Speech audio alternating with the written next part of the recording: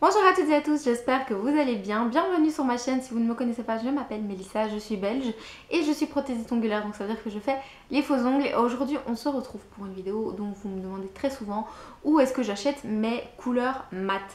Le truc est, c'est que je n'ai aucune couleur mat, ce sont tout simplement toutes mes couleurs basiques que j'ai ici, que ce soit en gel, en vernis semi-permanent ou en acrylique, et j'ai un top coat mat. Alors maintenant il existe aussi une deuxième technique dont je vais vous parler, mais la première technique que je fais quasiment tout le temps quand on me demande du mat, c'est de mettre un top coat mat par dessus tout simplement. Donc ici c'est celui de chez NDED, donc c'est la référence 15-20. Je vous mettrai aussi les liens dans la barre d'infos, comme ça vous les aurez. Et j'en suis très contente, il n'y a vraiment pas de souci. Il tient très bien, il reste mat parce qu'il y a des top coat mat qui ont tendance à redevenir brillants au fur et à mesure, ou qui deviennent brillants si on met par exemple la cuticule, si elle touche le mat, il devient brillant. Ici il deviendra brillant, c'est difficile à dire, brillant sur le moment, mais une fois que la personne se lave les mains ou que vous lavez les mains, il redevient mat, donc vraiment pas de souci. C'est un de mes chouchous et il est très facile à appliquer. Tout ce que vous devez faire, donc par exemple ici pour mon cas j'avais une base en acrylique, j'ai mis mes deux couches de couleur, un bleu d'ailleurs juste magnifique, donc c'est la référence 2229, c'est un bleu pastel juste trop beau, surtout pour l'été. J'ai mis mes deux couches habituelles, à catalyser 30 secondes chaque couche. Ensuite, quand j'ai catalysé la deuxième couche de couleur, je ne dégraisse pas et je viens directement avec mon finish mat tout simplement et je viens le recatalyser à nouveau. Ici on le catalyse deux fois le temps, donc celui-là c'est un qui peut être catalysé sous LED UV puisque c'est un qui peut être utilisé sur du VSP.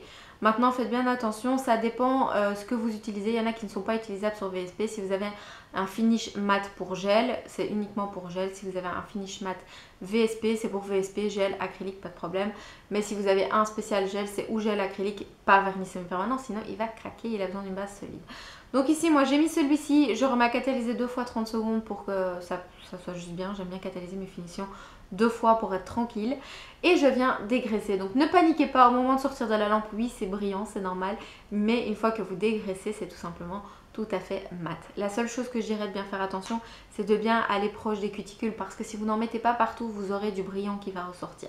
Donc faites bien attention à bien border votre ongle de tous les côtés, côté cuticule, côté extérieur aussi. La deuxième technique que je n'utilise quasiment pas sur mes clientes, mais qui est une technique qui peut tout à fait fonctionner. Maintenant, je pense que cette technique-là a tendance à se griffer un peu plus vite que le vernis, le top coat mat. Maintenant, c'est tout à fait votre choix. La couleur ici, pour celle que ça intéresse, j'ai utilisé la 9127 de chez NDED aussi. D'ailleurs, celle d'avant aussi, elle était de chez NDED. C'est en vernis semi-permanent, mais vous pouvez le mettre au-dessus de votre base en gel ou en acrylique. Et ces techniques-là, donc pareil, vous mettez vos couches de couleur, vous mettez à catalyser, sauf que là, à l'étape de la dernière catalysation de la couleur, quand vous sortez, vous allez enlever la couche collante avec un coton et du cleaner, du dégraissant. Et tout simplement, vous enlevez bien toute cette couche collante. Et ensuite, on va venir avec un petit bloc à quatre faces. Alors maintenant, ou vous utilisez un bloc qui est un petit peu vieux, que vous avez déjà utilisé, qui n'est pas trop granuleux, ou alors achetez-en qui est vraiment très fin, tout simplement parce que si vous prenez un trop gros grain, vous allez abîmer votre couleur, ce qui serait quand même dommage. Donc ici, moi j'ai un bloc qui est assez ancien, ça se voit, il y a des traces blanches dessus. Désolée pour toutes les fois où ma langue fourche. Donc il y a des traces blanches dessus. Donc ça veut dire qu'il est déjà un petit peu vieux, donc il est plus aussi granuleux qu'au début. Et tout ce qu'on va faire, c'est venir passer ce bloc sur l'ongle en entier. Et tout simplement, l'ongle en ressortira mat et lisse. Parce que si vous enlevez juste la couche de cleaner, vous allez voir votre couleur a tendance à briller et à ne pas être mat. Et en plus, ça ne va pas rester mat. Donc voilà, maintenant j'ai des pour et des contre dans chaque cas. Je dirais vraiment le top coat mat, il reste mat, donc le top coat en bouteille, il reste mat et il prend moins les griffes que par exemple celui à la méthode du buffer, enfin la méthode à la pierre à quatre faces. Il a tendance à prendre plus vite les griffes ou les taches.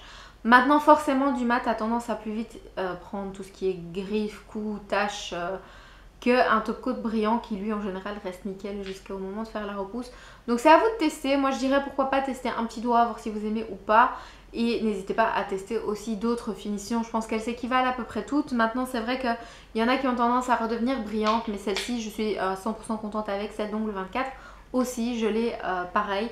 Elles sont toutes les deux très bien. Donc voilà, celle d'ongle 24 en plus elle se trouve dans la section vernis semi-permanent.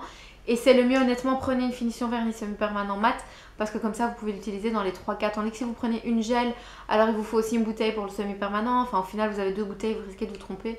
Prenez une pour le vernis semi-permanent et vous êtes tranquille, vous pouvez l'utiliser sur tout et pour tout le monde. Donc voilà, c'est une toute petite vidéo, mais j'espère qu'elle vous sera utile parce que vous me demandez très souvent où j'achète mes couleurs mat, mais c'est tout simplement mes couleurs normales. Donc voilà, j'espère que la vidéo vous aura plu. Si vous avez la moindre question, n'hésitez surtout pas à me la poser dans les commentaires. Moi je vous dis à très bientôt pour une nouvelle vidéo. Au revoir.